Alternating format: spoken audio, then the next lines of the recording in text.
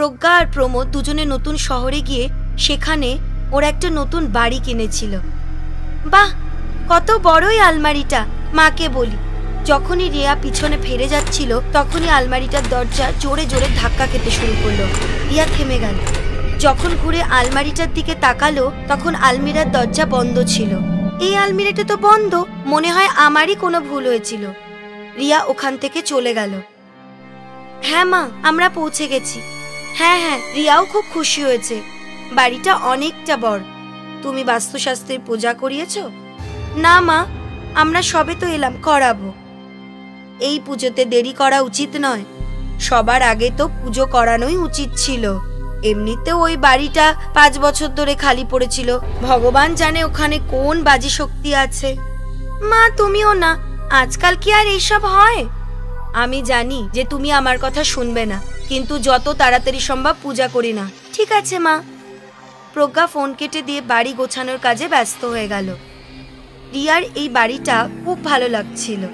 মা জানো, এই বাড়িটা একটা পুরনো আলমারি আছে। ওই আলমারিটা অনেক বড়। আচ্ছা, আমি তো দেখিনি এরকম কোন আলমারি। তুমি স্টোরে যাওনি তো, তাই ওই আলমারিটা ওখানেই আছে। ঠিক আছে, একবার সেট করে নি, তারপরে আলমারিটা দেখবো। গোছকাজ করে তিনজন ক্লান্ত হয়ে গেছিল। রিয়া, আজকে তুমি এই ঘরে শুয়ে পড়ো, কালকে তোমার ঘর পরিষ্কার করে দেবো। ঠিক আছে মা। রিয়া মা বাবার সাথে শুয়ে পড়ল। মাঝরাতে রিয়া হঠাৎ উঠে হাঁটতে লাগলো। সে সোজা স্টোর রুমে চলে গেল, তারপর আলমারির সামনে দাঁড়িয়ে পড়ল। এদিকে প্রজ্ঞাও জেগে গেল। রিয়া! প্রজ্ঞা রিয়াকে খুঁজতে খুঁজতে বাইরে এসে দেখলো যে স্টোর রুমের দরজা খোলা ছিল। প্রজ্ঞা স্টোর রুমের ভেতরে গিয়ে দেখলো যে রিয়া বেহুশের মতো আলমারির দরজাটা খুলতে যাচ্ছিল। রিয়া! রিয়া! রিয়ার হুঁশ ফিরল। মা, আমি এখানে কি করে এলাম? আমি কি করে জানবো? আমি তো তোমাকে খুঁজতে খুঁজতে এখানে এসেছি, কিন্তু আমি তো তোমার সাথে শুয়েছিলাম। হ্যাঁ, আমি তো সেটাই বলছিলাম। ছাড়ো, চলো। প্রজ্ঞা রিয়াকে নিজের ঘরে নিয়ে গেল। পরের দিন প্রজ্ঞা আগের দিন রাতের কথা প্রমোদকে বলল।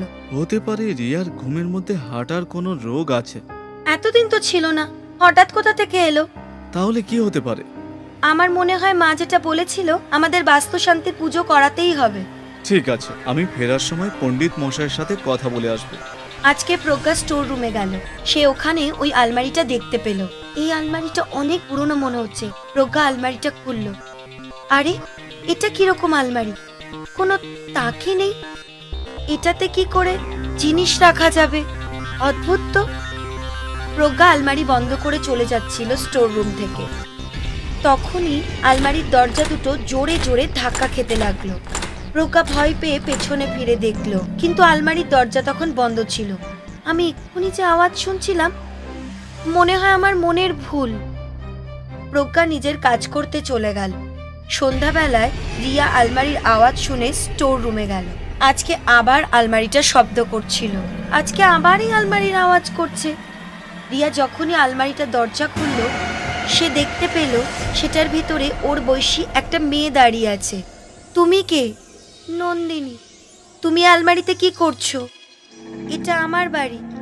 না, এটা আমার বাড়ি। এটা আমার বাড়ি। মা, মা! প্রজ্ঞা সেখানে এলো। কি হচ্ছে?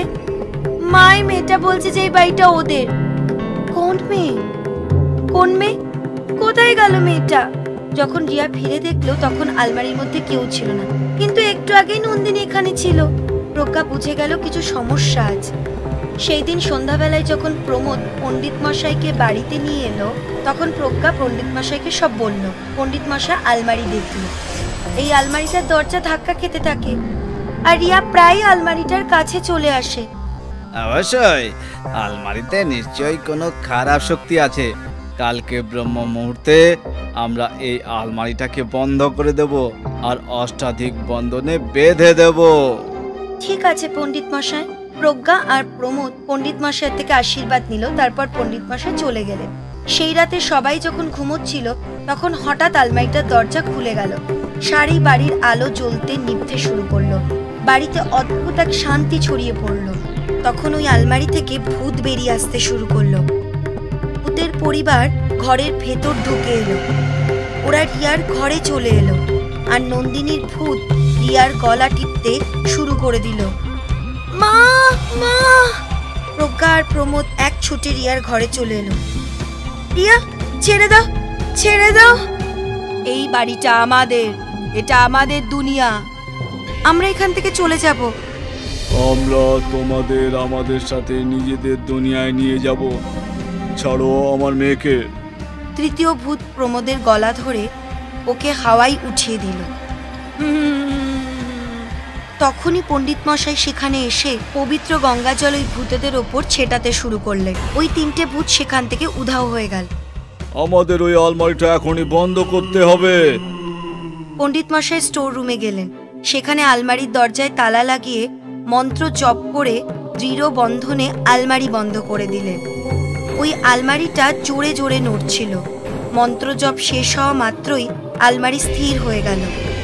এবার আর ওই ভূতগুলো আলমারি থেকে বেরোতে পারবে না। ধন্যবাদ পণ্ডিত মশাই, আমরা কালকেই এ বাড়ি ছেড়ে চলে যাব। যদিও এই বাড়িতে এখন আর কোনো বিপদের আশঙ্কা নেই, কিন্তু নেতিবাচক শক্তি সব সময় এই বাড়িতে থাকবেই। এই বাড়িটা থেকে চলে গেলেই ভালো হবে। পরের দিন সকালে প্রজ্ঞার পরিবার ওই বাড়িটা ছেড়ে চলে গেল।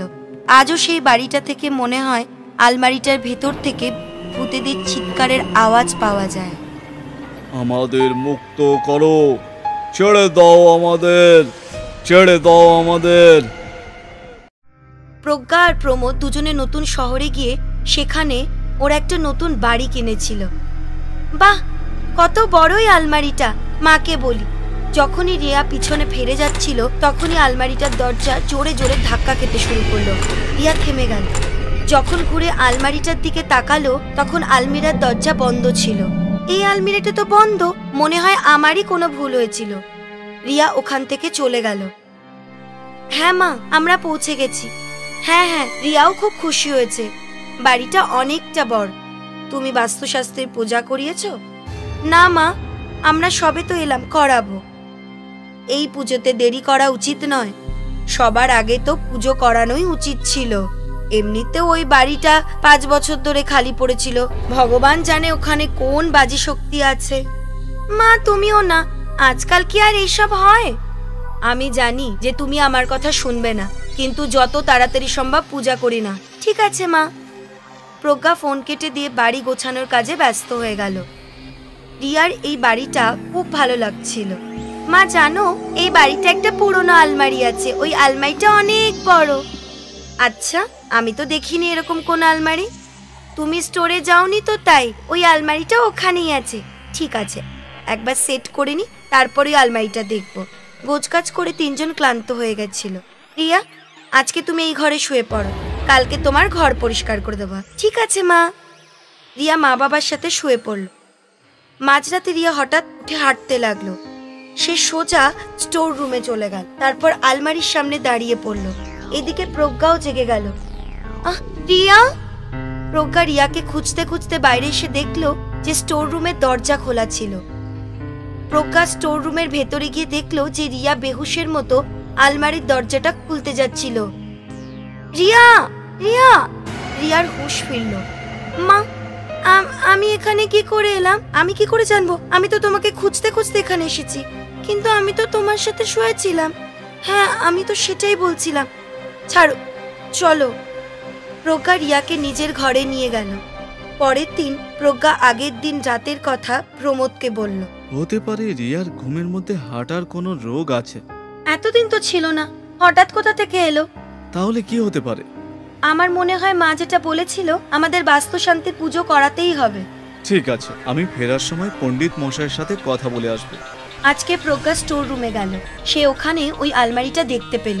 এই আলমারিটা অনেক পুরনো মনে হচ্ছে। প্রজ্ঞা আলমারিটা খুলল। আরে, এটা কিরকম আলমারি? কোনো তাকে নেই।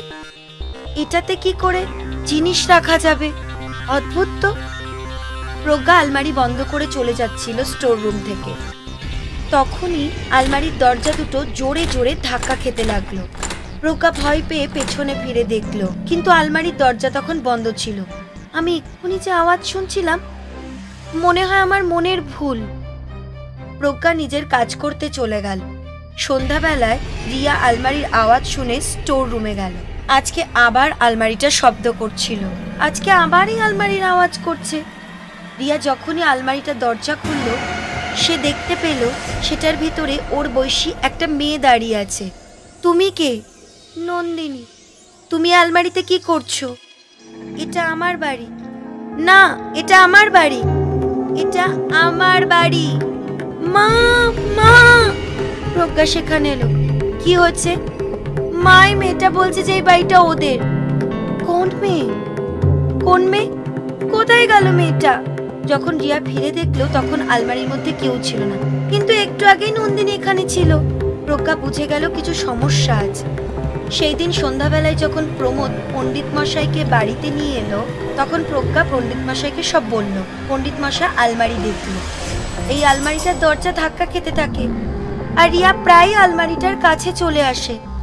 অবশ্যই আলমারিতে নিশ্চয়ই কোনো খারাপ শক্তি আছে। কালকে ব্রহ্ম মুহূর্তে আমরা এই আলমারিটাকে বন্ধ করে দেব আর অষ্টাধিক বন্ধনে বেঁধে দেব। ঠিক আছে পণ্ডিত মশাই। প্রজ্ঞা আর প্রমোদ পণ্ডিত মশাইয়ের থেকে আশীর্বাদ নিল, তারপর পণ্ডিত মশাই চলে গেলেন। সেই রাতে সবাই যখন ঘুমোচ্ছিল তখন হঠাৎ আলমারিটার দরজা খুলে গেল। সারি বাড়ির আলো জ্বলতে নিভতে শুরু করলো। বাড়িতে অদ্ভুত এক শান্তি ছড়িয়ে পড়লো। তখন ওই আলমারি থেকে ভূত বেরিয়ে আসতে শুরু করলো। ভূতের পরিবার ঘরের ভেতর ঢুকে এলো। ওরা রিয়ার ঘরে চলে এলো, আর নন্দিনীর ভূত রিয়ার গলা টিপতে শুরু করে দিল। মা, মা! প্রজ্ঞা আর প্রমোদ এক ছুটে রিয়ার ঘরে চলে এলো। রিয়া, ছেড়ে দাও, ছেড়ে দাও। এই বাড়িটা আমাদের, এটা আমাদের দুনিয়া। আমরা এখান থেকে চলে যাব। আমরা তোমাদের আমাদের সাথে নিজেদের দুনিয়ায় নিয়ে যাব। ছাড়ো আমার মেয়েকে। তৃতীয় ভূত প্রমোদের গলা ধরে ওকে হাওয়ায় উঠিয়ে দিল। তখনই পণ্ডিত মশাই সেখানে এসে পবিত্র গঙ্গা জল ওই ভূতেদের ওপর ছেটাতে শুরু করলেন। ওই তিনটে ভূত সেখান থেকে উধাও হয়ে গেল। আমাদের ওই আলমারিটা এখনই বন্ধ করতে হবে। পণ্ডিত মশাই স্টোর রুমে গেলেন।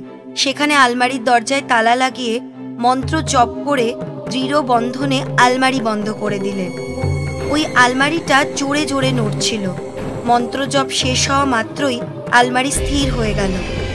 এবার আর ওই ভূতগুলো আলমারি থেকে বেরোতে পারবে না। ধন্যবাদ পণ্ডিত মশাই, আমরা কালকেই এ বাড়ি ছেড়ে চলে যাব। যদিও এই বাড়িতে এখন আর কোনো বিপদের আশঙ্কা নেই, কিন্তু নেতিবাচক শক্তি সব সময় এই বাড়িতে থাকবেই। এই বাড়িটা থেকে চলে গেলেই ভালো হবে। পরের দিন সকালে প্রজ্ঞার পরিবার ওই বাড়িটা ছেড়ে চলে গেল। আজও সেই বাড়িটা থেকে মনে হয় আলমারিটার ভেতর থেকে ভূতেদের চিৎকারের আওয়াজ পাওয়া যায়।